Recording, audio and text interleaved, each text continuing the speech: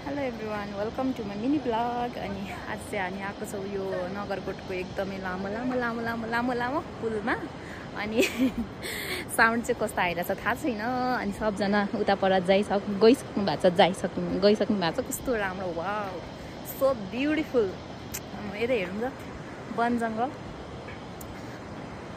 ए तर यहाँबाट मोबाइल झऱ्यो भने चाहिँ मोबाइलहरू झऱ्यो या केही सामान झऱ्यो भने चाहिँ केही भेट्नेवाला छैन है, बेपत्तामा हुन्छ, केही भेट्नेवाला छैन। मुनि चाहिँ खोला रहेछ, यस्तो छ।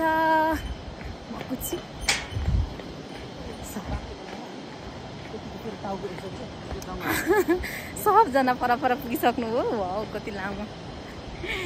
ए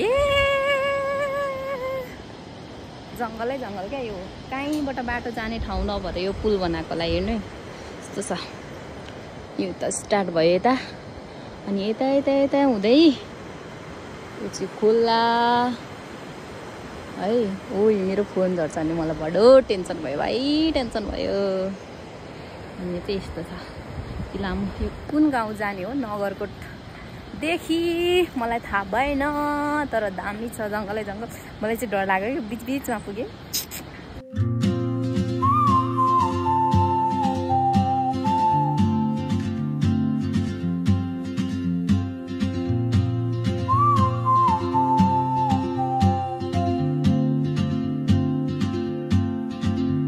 She moves like a map with no borders, a whisper caught in the wind.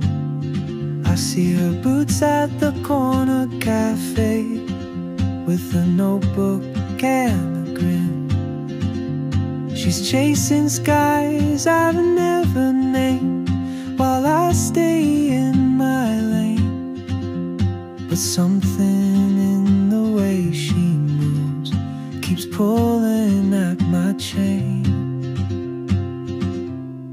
Oh, traveler, you carry the sun in your stride, leaving behind what I hold inside.